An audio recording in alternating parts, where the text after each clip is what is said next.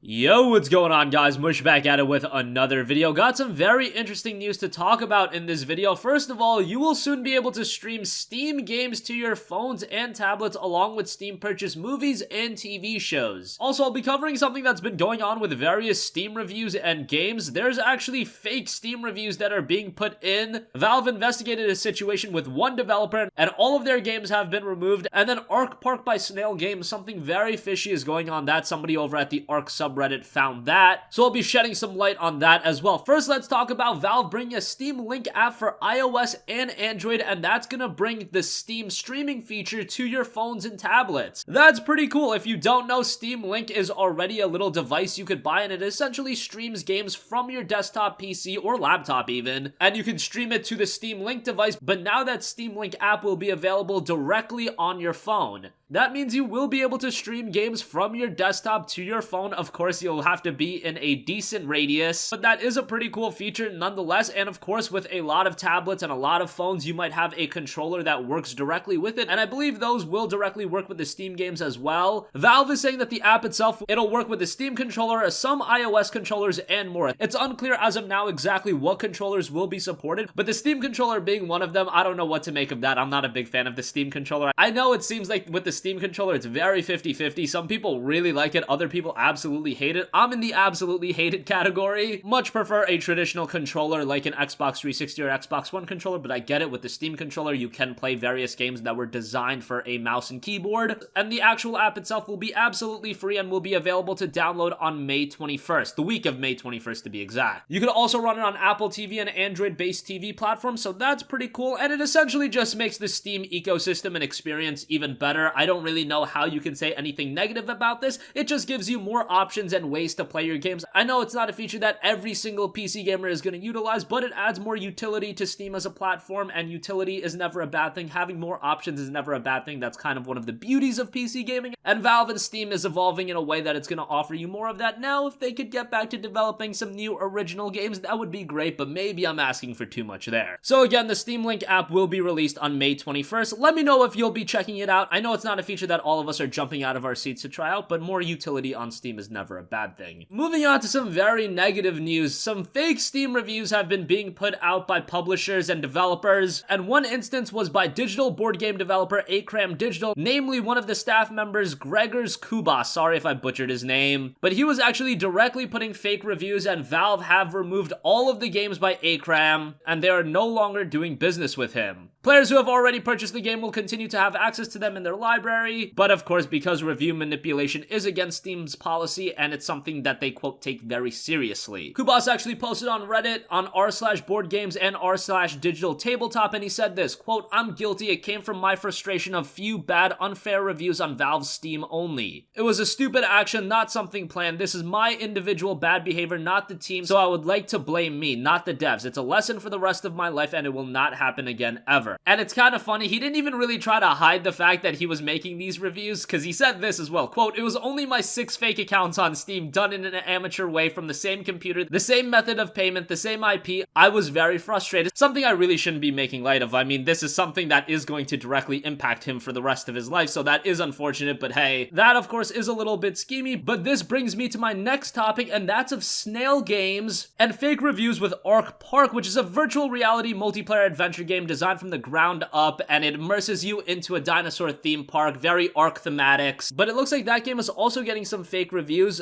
Reddit user Sinful Frisky posted on the Play Ark subreddit, and there are a bunch of positive reviews coming out from Ark Park, and they look very fishy. It's just like a bunch of numbers jammed together, and we're talking multiple reviews. I see at least 7 reviews right now, and they all look very fishy. Come on, who else is gonna do this? Does somebody just wake up and think, hey, let me make some fake reviews for Ark Park? And the majority of reviews for Ark Park were already negative, and the most helpful are the negative reviews, but the only positive reviews, the majority of them are from these accounts with all of these jumbled letters and numbers. At the end of the day, maybe it's not Snail Games, but this is very fishy. This type of stuff is unacceptable, especially because somebody like me, I do put forth some credence towards Steam reviews, and a lot of the times it is somewhat reliable, especially if you go through and read the reviews for themselves. But come on, enough with the fake reviews. I know as far as Steam reviews go, there are some meme reviews, but usually those have hints of truth to them as well. I mean, one of the reviews for Ark Park. Listen to this one. 16.5 hours on record, no hours in the last 2 weeks, so that's kind of funny. You kind of just played the game for a little while, reviewed it on April 22nd, and then in the last 2 weeks you haven't played it at all? I don't know about that. And the review is this, quote, "After a long wait, finally waited for Ark Park. The game makes me addicted and very cool." What kind of review is that? That's a little bit crazy. There's another one that says, quote, "I've played a ton of VR games and this is the best dinosaur game I ever played. If you have a Vive or an Oculus, you should buy this. Going to play some multiplayer now. I'm hoping this will be great as well."